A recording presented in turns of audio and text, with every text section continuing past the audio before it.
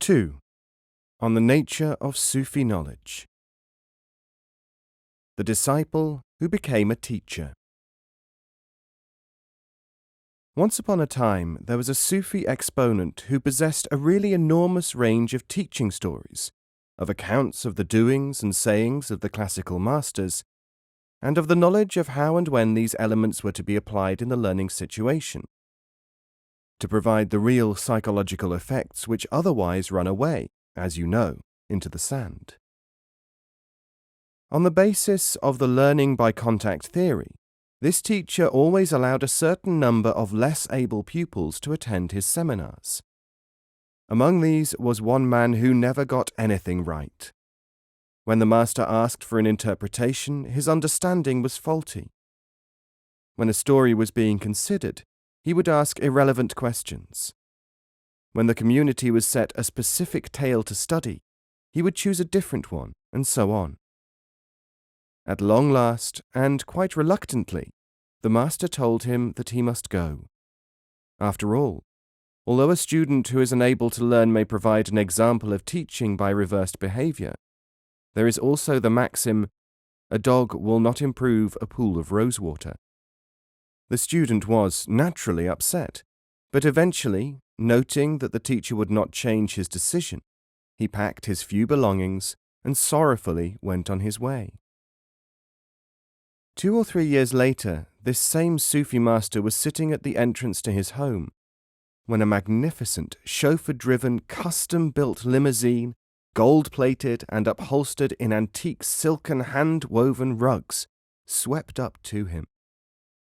Out jumped the unsuccessful student, with his hand outstretched, beaming joyously at the sight of his old master. The sage beckoned him to sit beside him, and said, "I am glad to see that you have become successful in the world. Am I to take it that you have at last given up the desire to penetrate the meaning of the teaching stories?" "Oh, yes," said the former disciple. "I certainly took your advice to heart. Instead of studying them, I teach the stories now." Now this is a very old story, so that if we can talk of a fresh adaptation of the Sufi materials to a contemporary community, we must also note the persistence of certain standard patterns from early times right up to the present day. You might be quite surprised at the number of supposed teachers who have appointed themselves, who winced when we made certain materials available. The same sort of pattern is seen, too, in the individual who imagines that he can teach himself beyond a certain point. People read stories or ransack books for Sufi exercises and psychological or spiritual techniques, and then they, remarkably often, set about trying to put them into practice. Now, imitation may be the sincerest form of flattery, but who wants to feel flattered by the sight of someone deliberately attenuating his or her own capacities? And, above all, using materials with a developmental function to do it with. It is almost exactly paralleled by the accounts of people who want to get thinner, but eat such large quantities of special slimming foods that they ingest more calories than ever and get even fatter. Well, it is for this exact reason that the Sufi study methods monitor the progress of the student in order to discover whether there is still an underlying hankering after extremes. This is why the negative requirements of the Sufis are just as important as the positive ones. You cannot graft religion on greed, for instance, otherwise you will only get, at most, greed for religion. The best that you can do is to introduce certain beneficial experiences alongside the detrimental ones, so that the one, in comparison with the other, will be seen and felt to be preferable. Monitoring and fresh adaptation. The fresh adaptation, of course, must take into account that some of the Sufi concepts and practices which we have observed to possess the most useful and thorough effects are ones which do not automatically fit in with various major Western preoccupations. This does not mean that Western people cannot embody them into their tradition, or that they are totally absent from the culture. Indeed, I have seen the transition effected supremely well.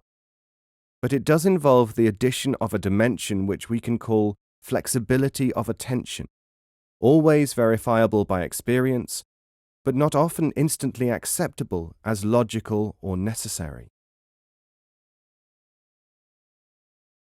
Teaching versus entertaining. If you want a little example of the cross-purposes situation which can occur when people from one culture meet those from another, there is the incident which I observed which shows how people who want love and attention think that they do not, and that there is some other motivation for a contact.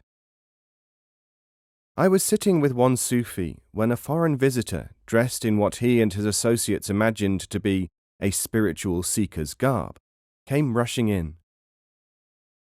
"Why," he cried, "don't you let me see you more often, master?" The Sufi looked at him wearily. "Because I am trying to teach you, not to entertain you." The last section in this present treatment contains over 50 separate remarks about Sufi psychological practices, and a number of these, of course, take time and reflection to digest.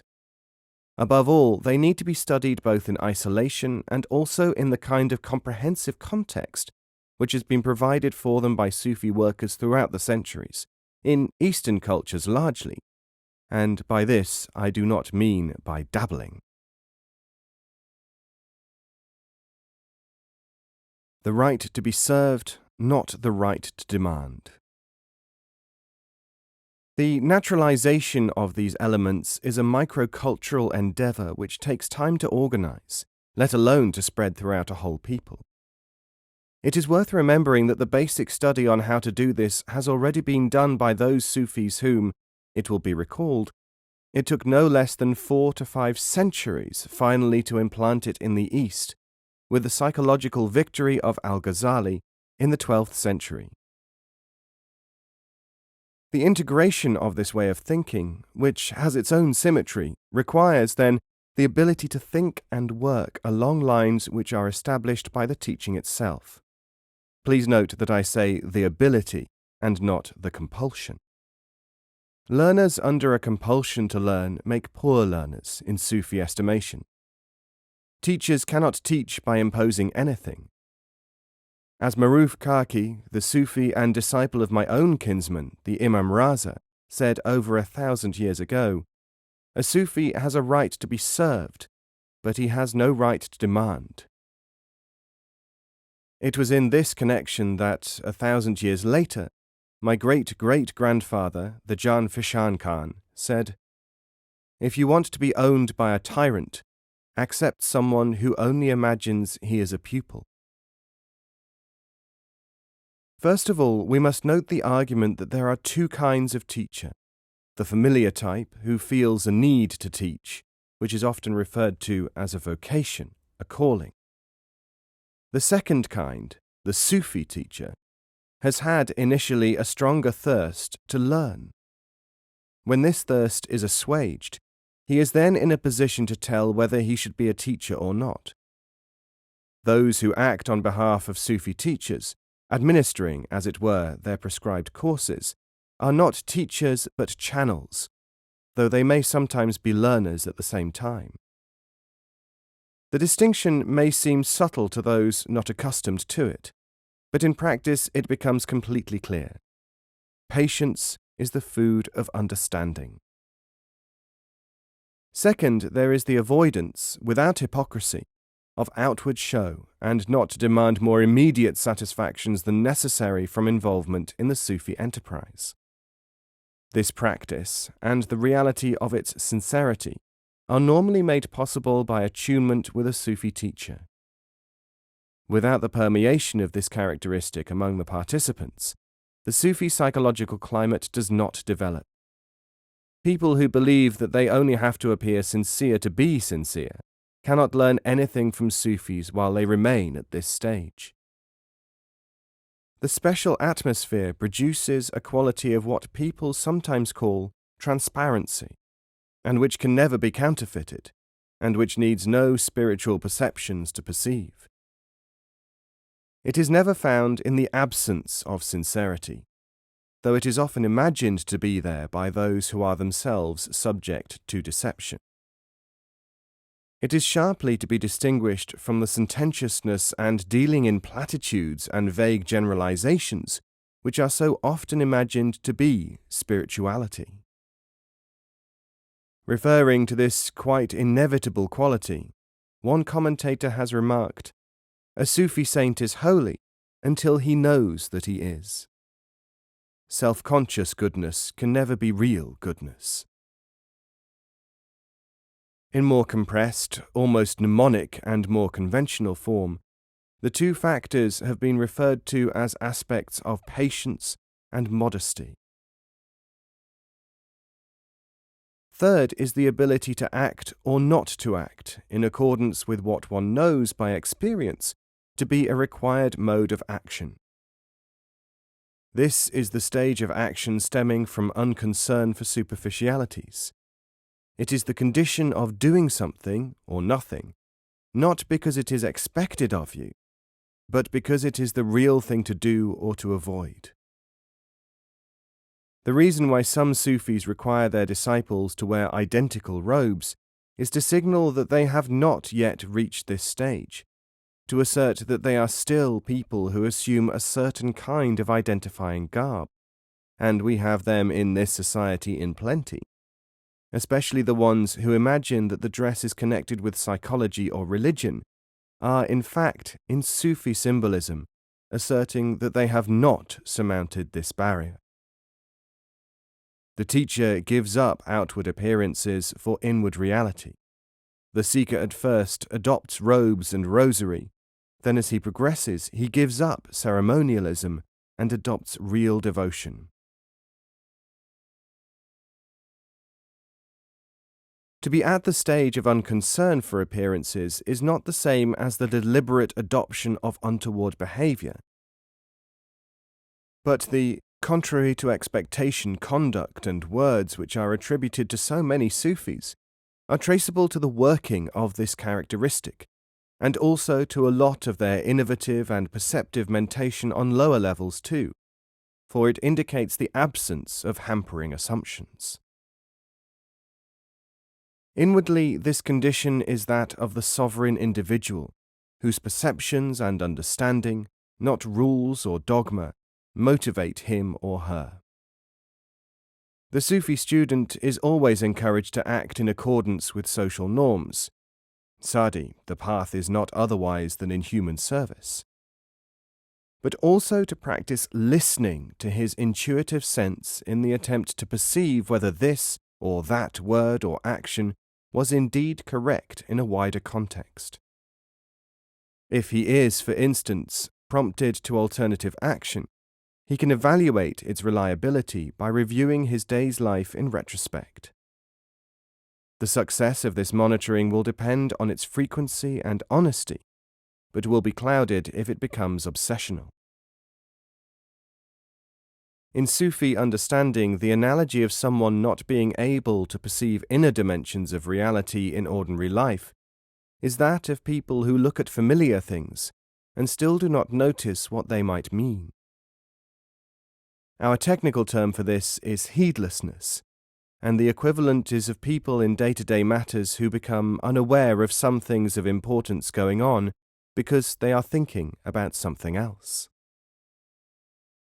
In a somewhat responsible, as distinct from an irresponsible, exaggeration, we have a small story which aims at fixing an analogy for this in the mind. Seeing and understanding. A king was becoming impatient with a lecture by a Sufi, and made up his mind to score a point or two off him. Thus it was that as soon as the Sufi had said, for it seemed to the king, the 1,000th time, that hundreds were blind and even those who were not blind could not understand what they saw, he held up his hand. As king of this country, I insist that you match allegation with demonstration. On pain of death, show me these people who are blind and those who are not, but will still not understand, he said. Certainly, Your Majesty, said the Sufi, and I will give even you, a mere king, the honour of taking part in my demonstration. What do I have to do? Asked the king. You will sit for one day in the bazaar, the local market, in your robes and wearing your crown, hammering upon a brass tray. And so the king sat there all day with the Sufi beside him. Every few minutes someone stopped and asked, "What are you doing?" And the Sufi, sitting nearby, took down his or her name. At the end of the day, the Sufi said, "Your Majesty, here is the list of all the people who stopped and were so blind that they could not see what you were doing, hammering a brass tray, and had to ask." The king was quite impressed, but then a thought struck him. Yes, but what about the list of the people who are not blind but still cannot understand what they see? That's easy, said the Sufi. All you have to do is to make a copy of the same list, and it will do just as well. The condition of the modern world, I sometimes feel, thanks to mass propaganda, is such that if the child in the crowd of the fable were to cry that the emperor had no clothes on, almost everyone around would hush him. He would be sent for psychoanalysis, and an explanation would be found for his disturbed behaviour. Fourth, in Sufic psychology, in what we might call awareness of reality training, is the ability to switch attention. This has to be achieved so effectively that, for instance, one can identify with and detach from another person so completely as to feel and see as if one does it by means of, or through, the other individual. From this exercise have developed, as you may imagine, many examples of thought transference, which often decimates the ranks of the learners, who run after this as if it were their golden key. Because it is a lower-level acquisition which, employed prematurely, inhibits further understanding, this exercise is never allowed until the learner has first developed quite unusual capacities of responsibility. As ESP of this kind is seen as a byproduct which siphons off what is referred to as subtle transformation energy, to misuse it is inappropriate. This attention switching is probably one of the procedures which are used in magical and occultist ambition, because it can undoubtedly be cultivated, though when practiced in isolation from a wider context, it withers and dies remarkably quickly. Fifth is the sensing of the relative characteristics of people and situations, in order to be able to assist in the harmonization of these and other elements to help enrich all the participants in cognitive capacity. Since Sufi learning, for all practical purposes, takes place among people grouped in a special way so as to reinforce one another's abilities, this understanding is very important. The analogy might be, if we were to say that there were 11 people with a productive capability of 10 volts each, linking them would produce 110 volts, which could in turn illuminate a light bulb which would enable all of them to read a page of a book featuring vital knowledge. People collected at random, or merely because they want, for group mentality reasons, to enroll, cannot in Sufi tradition form such a learning group, again for all practical purposes. Sufi harmonization takes place at a much more sensitive level than merely collecting what are sometimes called like-minded people. The Sufi statement here is, every gathering of people has its own potential. Those collected arbitrarily have only physical, mental, or emotional potential. Sixth comes the cultivation of service without the sensation of reward, either expected or gained. This practice, according to Sufi psychology, stimulates the perceptive capabilities in a manner which is impossible when they are blocked by the cruder emotions engendered by enjoyment of, or even anticipation of, reward. If you do a good deed, and why should you not, and you feel gratified, and why should you not, you have already been paid by this very sensation. There is no further advantage coming to you, according to this psychology. Indifference to reward is the short title of this capacity. These 6 formulations are, of course, carried out by prescription, not by adoption, the learner being assigned exercises by the teacher or his deputy, in accordance with what the pupil can do at the time.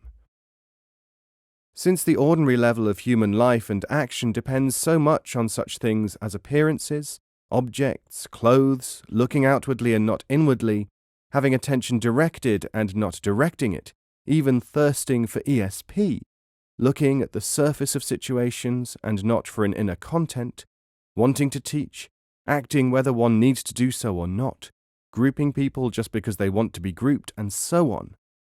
It is not surprising that people do not just stumble across Sufi perceptions. Given this situation, it is even gratifying that they should wonder at all whether there is any other way of approaching really sensitive perceptions than their everyday one. Many other exercises, of course, do exist, and all of them depend for their success on monitoring feedback.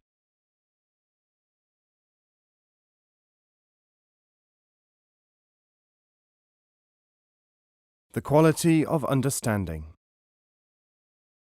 All this may seem tiresome compared with the garish appearance of the imitations, but the Sufis say, burglarious attempts on the house of knowledge will, in the end, only earn you a bite from the rats in its basement.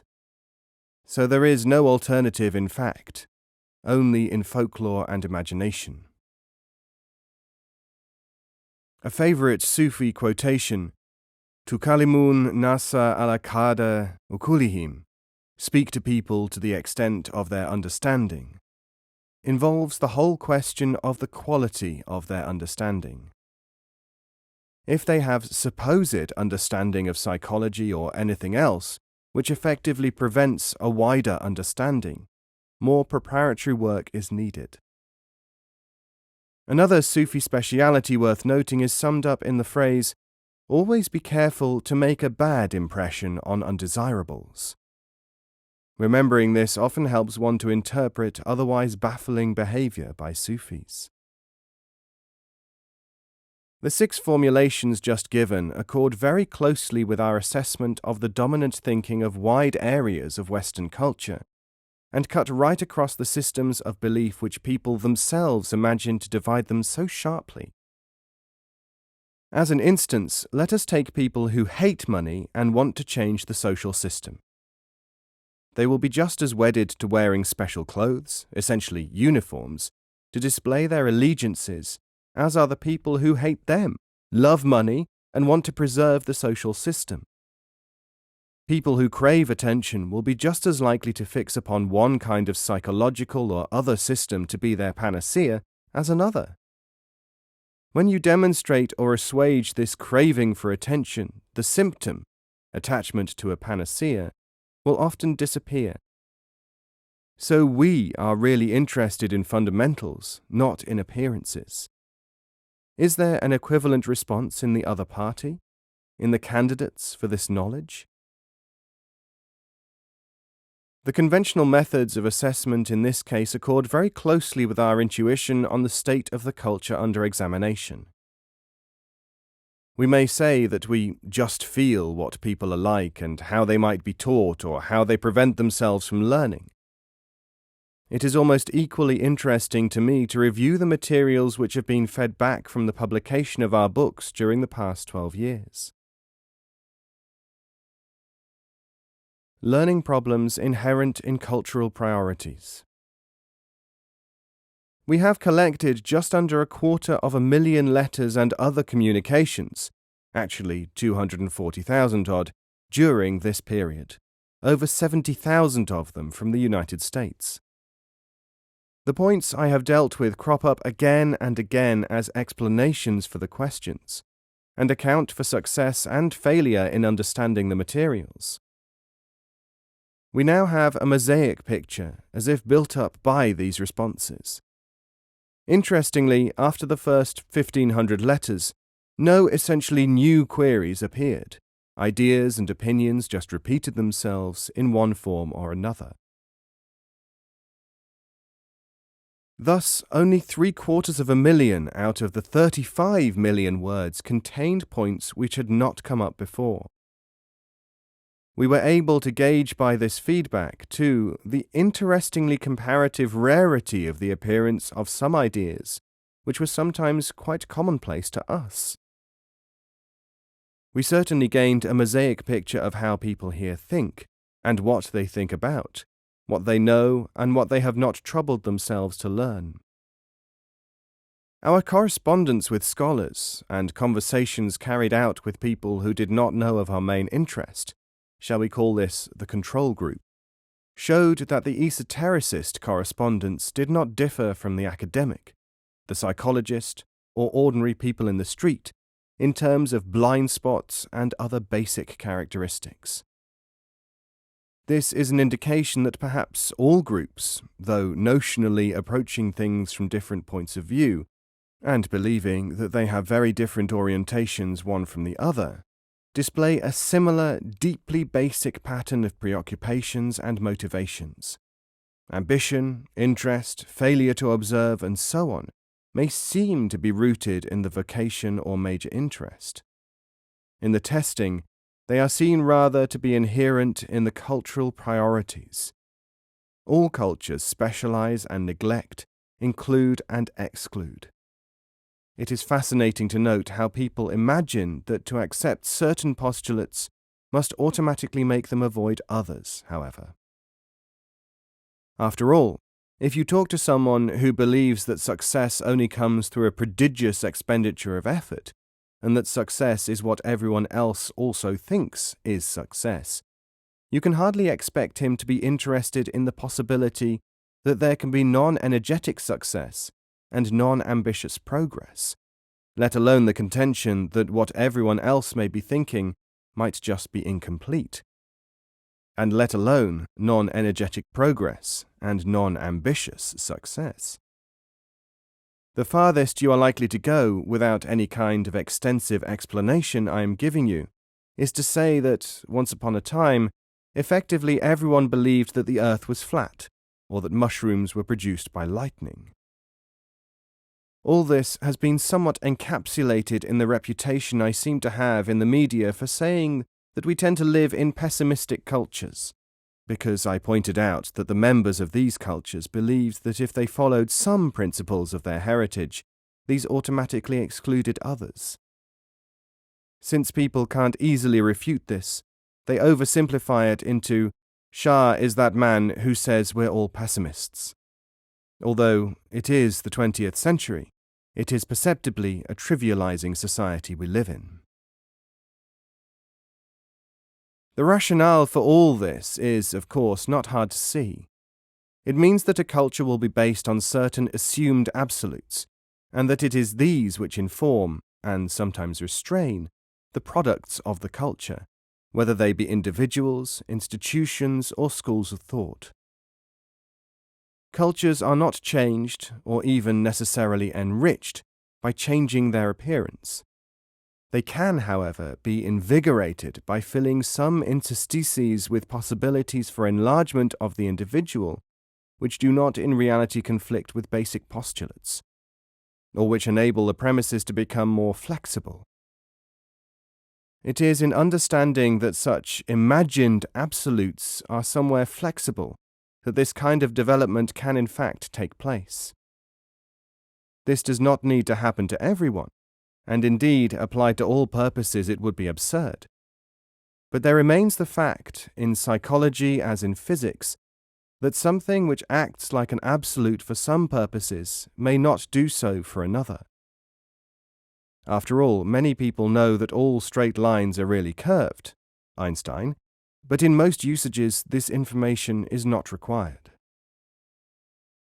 The very basic needs for reassurance and rapid identification, the labeling of people as instances, are useful in any culture at a certain stage of its development, or for some transactions, as they are useful for any individual or animal for some purposes. Institutions supporting these needs will tend to come into being anywhere. They will both provide these desiderata, there are many others one could think of, and also create a further demand for them. People who do not want so much reassurance and identification for some reason will not necessarily appear in particularly large numbers, since the production of more and more of the type in demand will generalize and sanctify, as well as deeply root and institutionalize, the whole mechanism. Institutions which offer reassurance and identification will continue to appear. Unless their true inner dynamic is noted, they will, of course, continue to be perceived by people of that culture as whatever their outward shape says they are. Anyone or anything which seems to say that such things are of no use or of limited use, as steps upwards even, will then seem to be a threat.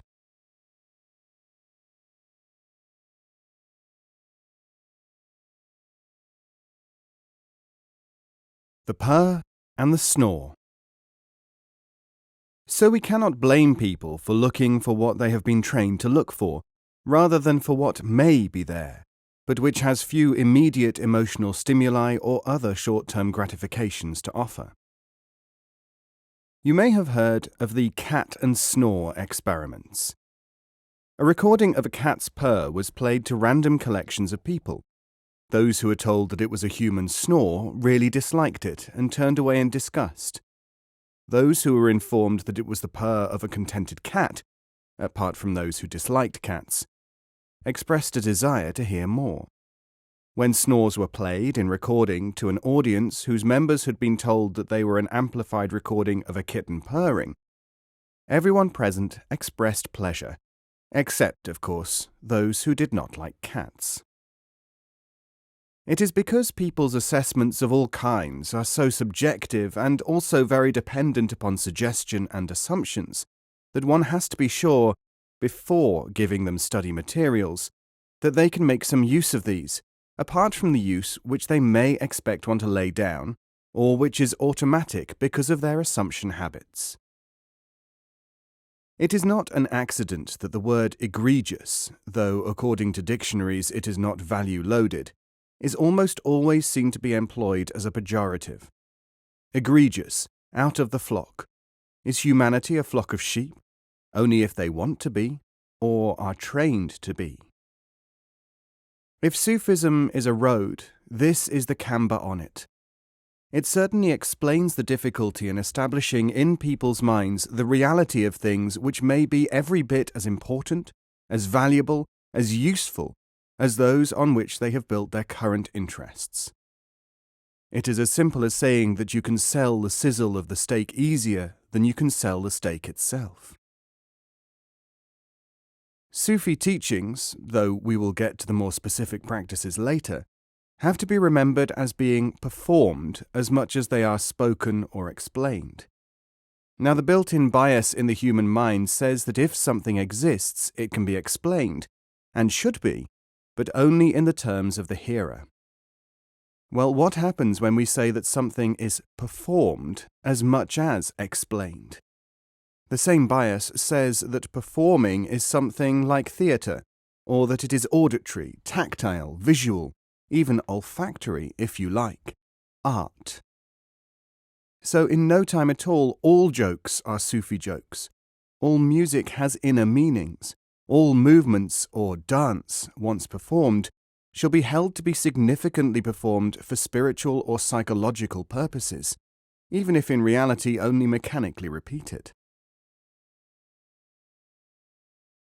Because some Sufis have, rarely, used music to encourage certain states in those who might need them, all Sufis must, of course, be musicians. Because there was once a Sufi dance, the Sufis are dancers, and people who watch or take part are participating in Sufism.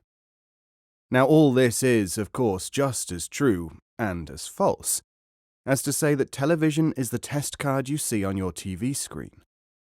Look at things this way, and you have nothing to lose but your cargo cult.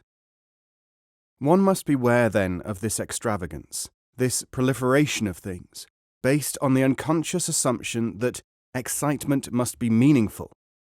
It has to be the right kind of excitement. Proliferation of externals. The proliferation of externals and the taking over of one thing until it claims to be the whole are continuously warned against by the classical Sufis, and the need for these strictures is equally obvious today. If the scissors, said our great teacher Jami in the 15th century, are not used daily on the beard, before long that beard will, by its luxuriance, be masquerading as the hair of the head. Jami Baharistan, or the abode of spring. This tendency to mistake externals for centrality and to be excited by superficials whose characteristic is only raw stimulus is well described by the critic Benny Green, writing about the same problem in another area. He calls it a distillation of all the peripheral idiocies with none of the great central ennobling factors.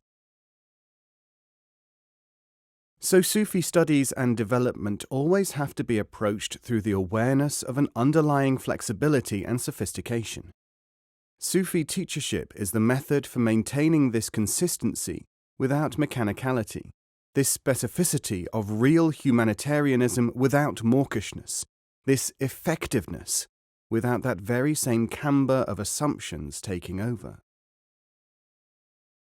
It is almost entirely because the human being's every interest is ordinarily stabilized on what Sufis regard as secondary matters, that people have virtually no prepared ground in which to observe and experience something more subtle.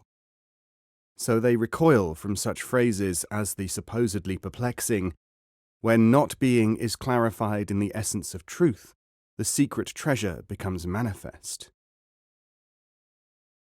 Yet even when put into words, the state referred to here is remarkably accurate in this rendition. What prevents people, under ordinary circumstances, from understanding is not that it refers to an altered state of consciousness which they have not known, but in our experience, because their minds are cluttered and they don't know how to stand aside from this clutter. As I was casting about for a relatively unhackneyed example which might illustrate, here, the selective thinking effect of the obsession of people with immediate interests, something quite dramatic and entirely suitable for the purpose suddenly descended on me.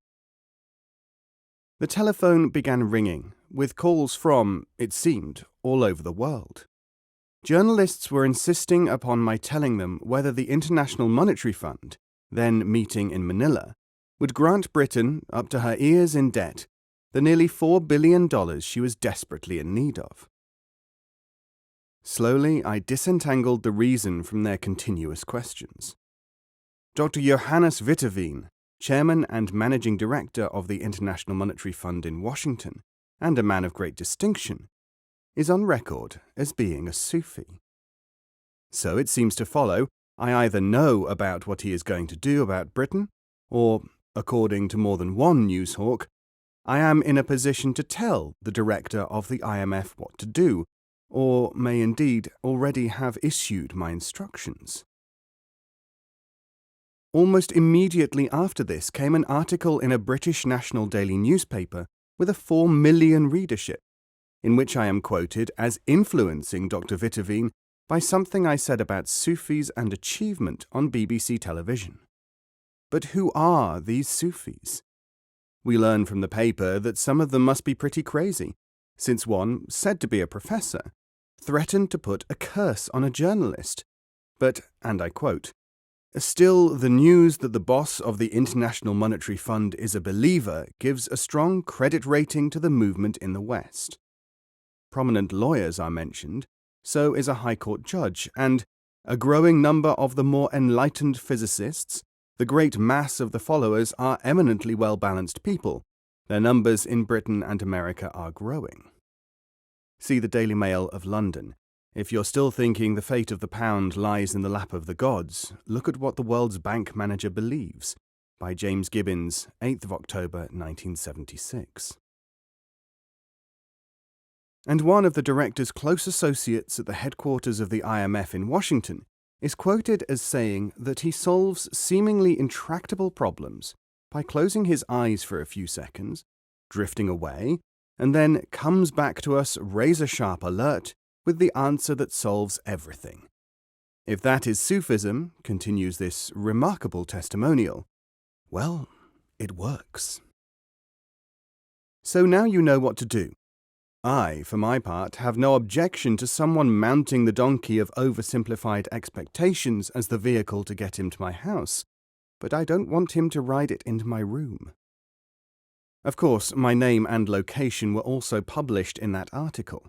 The truly daunting stacks of letters from people who want to become Sufis or monetary wizards or both piling up on my desk show the interest in what I have called secondary matters well enough.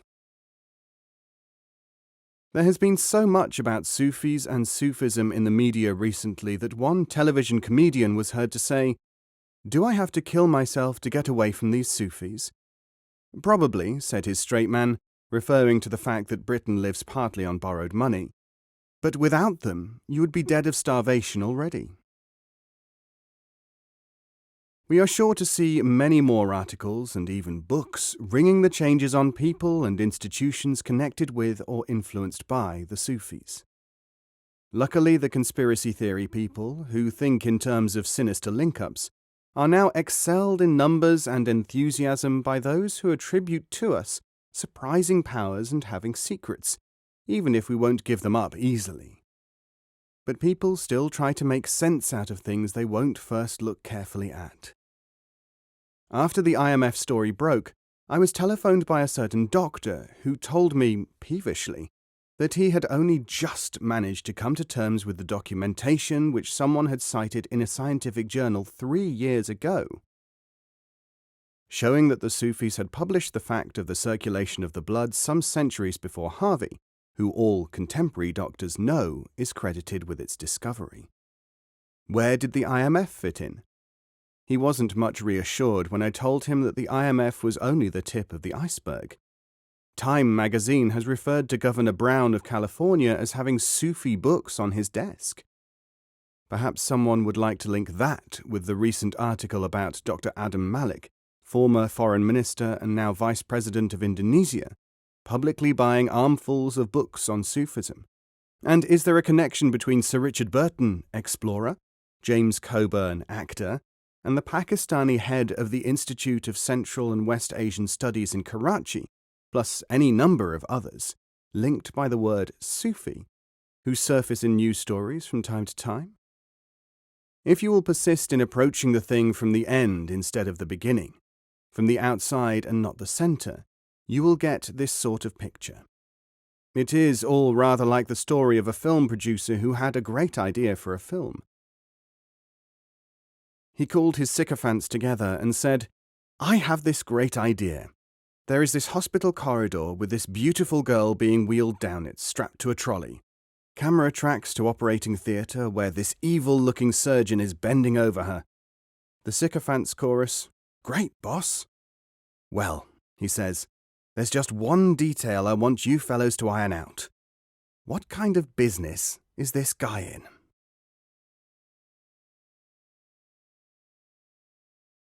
A School and 11. The Sufi entity is a community and an organism which is neither a tribe nor nation nor an indoctrination machine. Its function, as a school and a leaven in societies, is what has enabled it to develop and flourish again and again in the most diverse cultures. It is worth noting that although all Eastern people may seem to be the same to people in the West, all Chinese look the same to me, their traditions and attitudes vary so very much that there are far greater differences between, say, an Indian and a Persian than between a Frenchman and an Italian. But Sufi enterprises have been as much subject to decay and to distortion as has any other human activity. The fact that human systems are subject to deterioration because of human psychology, of course, as good as imposes the requirement that this change in emphasis and the restoring, reviving function of the Sufis should always be a large part both of their capacities and of their concern. The sheer deterioration in information alone leads to vital elements in traditions being lost, where there is no deep insight. Though I do not suggest that what I am about to tell you is a frequent happening, it certainly does show you what can happen. A London journalist telephoned the United States Embassy there to ask that the Gettysburg Address be quoted in full to her. The information man pondered, she records, and then he said, "Is that a public office or a private residence?" Sufi knowledge is cultivated in its study format, often known as the tariqa, the path, whose activities can be called the studies in Sufism. It is also disseminated through the literary, scientific, cultural, and other established institutions of the day in what might almost be called a department, which we could term studies of Sufism. It is, too, in operation through ordinarily unidentifiable areas of human life in the field which some have called associated activities, and which we may term studies for Sufism. This situation can be rendered quite adequately in the form of a diagram. It is the secondary materials, however, which, for the most part, are the subject of attention by scholars. The reductionists use these too, and also borrow some exercises and externals from the first department, and base their simplistic Sufism upon these. Once one has a grasp of this diagram, it is relatively easy to identify most forms of what is described as Sufism, and to know what their stage of development is. Perceiving the imitators. The ultimate solution will be when the people interested in the field will read enough of the materials to be able to perceive the inadequacies of the imitators. So mass reading materials, tape, lectures, and so on not only provide the shams and the self-deceived with a means of contacting others and of maintaining cults. They are open to be employed to increase the flow of legitimate information and knowledge. On this latter basis, the research and proper progressing of Sufi learning can take place. This is another area where we have found a value in people's having access to a great deal of material and forming conclusions from it. When people read our books, parts of which are designed to give them many aspects of the same thing, reflection of the holistic kind does seem at times to enable them to grasp something of what we are doing, which is deliberately not written down sequentially. When, as often happens, they look at our work and also at that of others, and allow their overall consciousness to scan it and digest it, they seldom appear afterwards to find so much value as before in the work of those whom we refer to as fragmented. So the linear method may be useful in acquiring materials, and the other method, perhaps employing the right hemisphere of the brain, might integrate materials so as to provide reliable guidance for the individual. Of course, the student must be aiming for more than a magic key to be able to profit in this way. When I published in 1964 the book entitled The Sufis, one distinguished literary reviewer, Professor D.J. Enright, in the New Statesman, 25th of September 1964, said that it was a success, though by definition a foredoomed failure. In saying this, he was referring to the fact that holistic experiences cannot be described by linear methods, but that a certain kind of scatter technique used in that book, by giving glimpses and deliberately refusing to follow through with too great systematization, was actually able to create a non-linear impression. What is interesting to me, in addition to the fact that there were even then people who saw what was being done, is that when I quoted this review at the time, people furrowed their brows and seemed not to be able to imagine what a success of a foredoomed failure might be. Since, however, the research about the two sides of the brain has become relatively well known, the reverse reaction is more common. Now it is easy to find well-read people who do understand the reviewer's remark, and that has all happened in a decade or so. I must admit certain exceptions, where people have come to a clear understanding of the intention of operational literature, in spite of the scholastic bias against something they merely want to interpret, not to use. A good example is the article in The American Scholar, no less, which stresses the fact of the Sufis being written on the principle of the scatter method, and notes that people who aren't flexible enough to read differently can't profit from it. Such a statement, appearing in a journal of this prestige, naturally caused a lot of fury, but it must have needed editorial courage to print. And incidentally, it had taken no less than 6 years for this new information from the ancient East to penetrate into this medium. This all means, of course, that we have a contemporary language in which to talk. So long as the language does not take over and make everything reducible to a two-brain or scatter theory with no further dimensions, we are greatly enriched in our communications capacity by this research and recognition. When some people, including highly esteemed spiritually oriented thinkers, try to put their reactions to some of our materials into conventional words, they almost despair. The Reverend Eric Wilde, editor of a highly thought-of Christian journal, meets the challenge like this. Cease to be content with the review and turn to the book. He is reviewing my Wisdom of the Idiots. Buy, beg, or borrow the substance instead of skimming the pallid shadow. I warn you, though, after reading the book you may shut it, and like the rich aristocrat, be filled with a sadness because of your attachment to a superabundance of conventional wisdom. So we can get some idea of the extent of this enrichment if we note what our previous vocabulary was like. If I were to talk to you in pre-two-brain days, I would be expected to speak only logically and sequentially, in a disciplined manner, proving my arguments, moving from A to B, and so on. The only terminology to put up against, or beside, this would have been arty-crafty or airy-fairy, which is far too limited for us. Or perhaps we could have spoken vaguely about real experience, or something which cannot be described because description means limiting. Literature now being read is still loaded with this kind of talk, and probably will have to rely on much of it for some time to come. But even experiencing something whole, lacking the dignity of a physical organ or mental mechanism to which it could be assigned, was, not so long ago, equivalent in many people's minds to sheer hocus-pocus. All the words are there in the dictionary, and they do not really help at all, for they are linked with what we now call unfashionable, even inefficient, certainly limited formulation, words like inexpressible, undefinable, incommunicable. You can have a lot of fun, by the way, with dictionaries and books of supposed synonyms in this connection.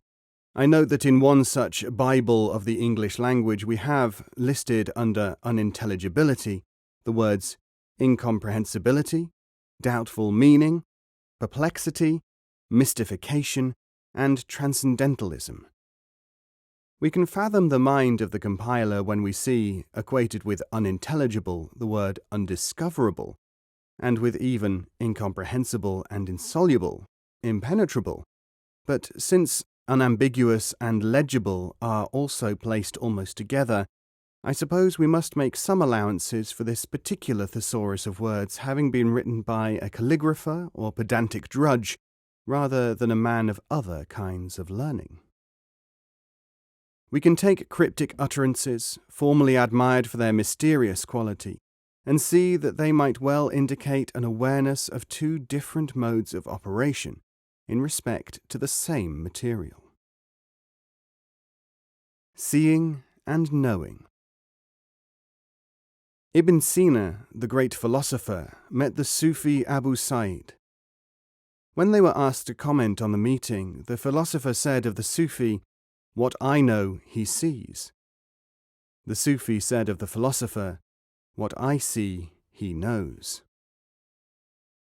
The Sufi Abu Suleiman rightly wrote, "When the self weeps because it has lost, the essence laughs because it has found." Here, surely, we have the two forms of awareness. The sequential knows in one way, the holistic knows in another, the way called here seeing. So it is with the nature of Sufi knowledge. This knowledge, in its real form, can be provoked and cultivated, given the existence of certain key factors. It cannot be described, neither can it be called impossible to communicate, nor can it be watered down. Yet these are the three forms in which people try to offer it to you. In the form in which it is known as Sufi consciousness, and yet appears in the shape of wise sayings and interesting information, it is a secondary product, and really requires a different word to convey what is meant by it. But this secondary material, correctly used, is of the greatest possible value to the provoking of Sufi understanding. Most people make the mistake of learning the secondary material, which is rather like memorizing the form or appearance, the weight and size of an instrument, instead of learning how to use it. We, on the other hand, only know the how and why, and leave the size and weight to others. Sufi materials, when employed by Sufis, bridge the gap between the inexpressible, holistic experience and the working of the hard and fast, obvious linear mode. They do this by the operation of the Sufic system of learning. Ask any Sufi what the use of the experience is, and he will say that it is the Sufi organism which enables people to return to the world, to relate the holistic experience to their human life and their being. This is clearly enough noted by Jalaluddin Rumi himself in a collection of Persian poems, Shams-i-Tabriz. "Every form you see has its essence in the placeless," he says. "If the form goes, no matter, for its origin is everlasting." Everything on earth, as Rumi said, exists because it has an origin in another dimension, where that thing is perfect, where the multiplicity of forms is understood, not only perceived, as a unity. This is why, of course, Sufis regard things of the world as being valuable to help towards the experience of the Absolute and understanding its meaning. Any greater interest in the phenomenal world is regarded as prone to develop into a form of idolatry, the technical term used for fixations and conditioned attachment. The automatism of the assumption system, Sufis diagnose as fetishists those religious-minded people who worship the externals of religion, or who are conditioned to respond only emotionally and without advanced perception to religious formulae. The arguments of the classical Sufi masters on this point, and they are the direction in which to turn for reliable information on it, are still unsurpassed. Sufi exponents have always been clear-minded enough to understand how even some of the most sublime of human thoughts have become, through misuse or overuse, veils, as they call them, barriers actually interposed between man and subtler things. The relative as a channel to the true. A major element of the Sufi position, therefore, is that there is an absolute from which ordinarily perceptible things may be termed a local and inferior, incomplete concretization. To attach oneself to these secondary things, beyond their due role as preliminaries, inhibits progress towards perception of this absolute.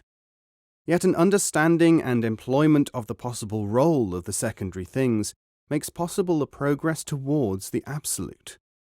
This is encapsulated in the Sufi aphorism,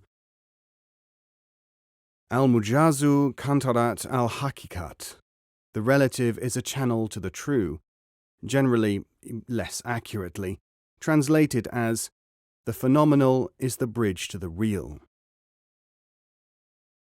The stimulus of the holistic mode of the brain, achieved by those who perceive how, when, where, and with whom this is to be done, is part of some of the Sufi knowledge procedures, where another part may be considered the application of stimuli deriving from the other side of the brain, the sequential side.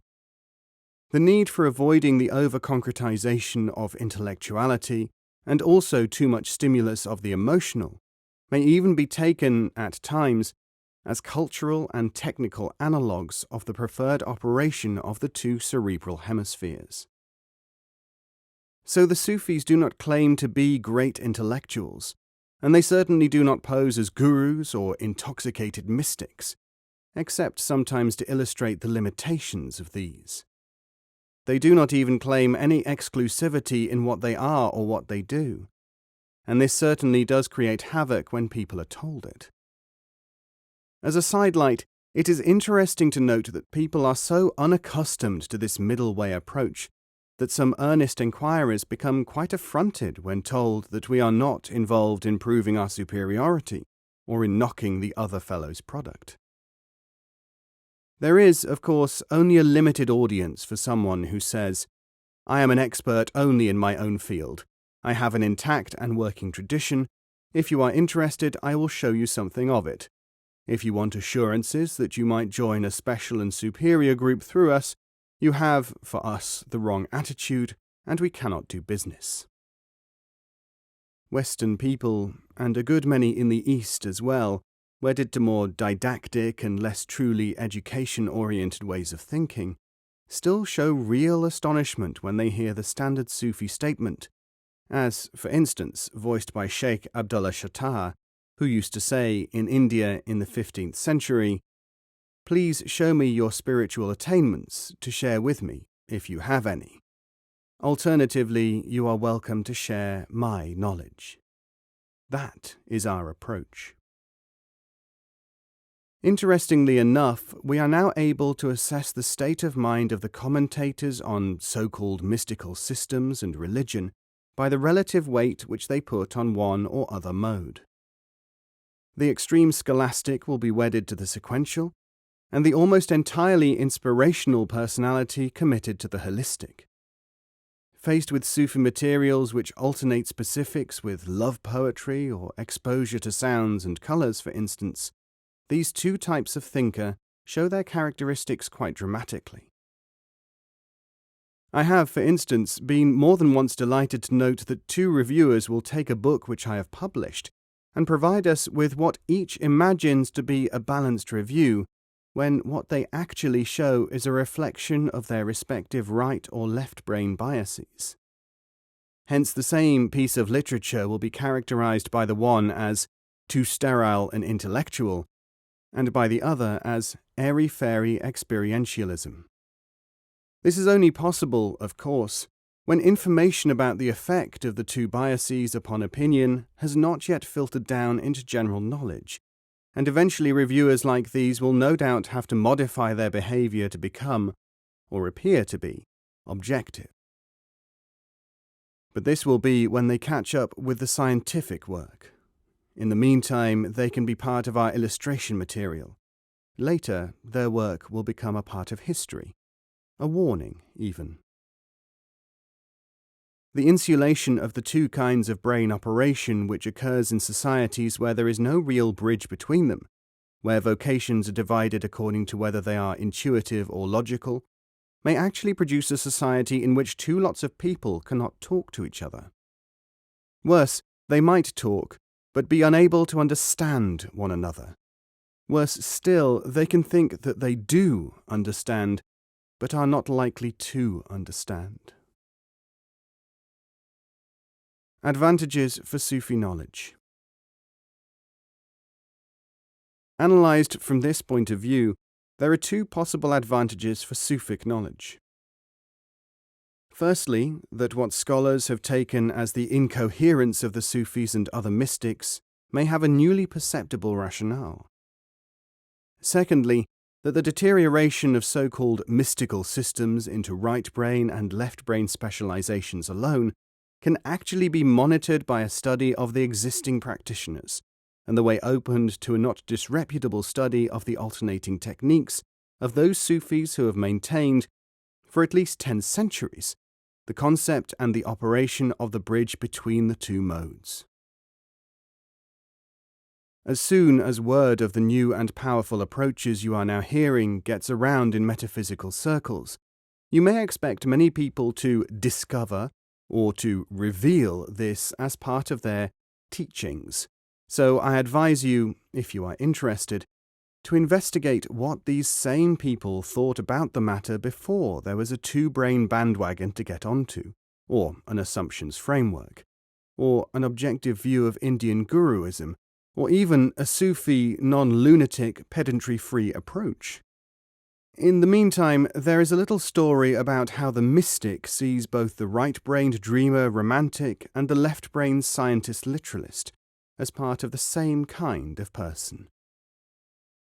A wise man once said to a scientist, "Which do you believe, that a primitive creature over millions of years becomes a man, or that a frog instantly becomes a prince?" The man of science was indignant. "What kind of person do you take me for?" he asked. "I know what kind of person you are," said the sage, "but I am trying to establish your opinions on yourself."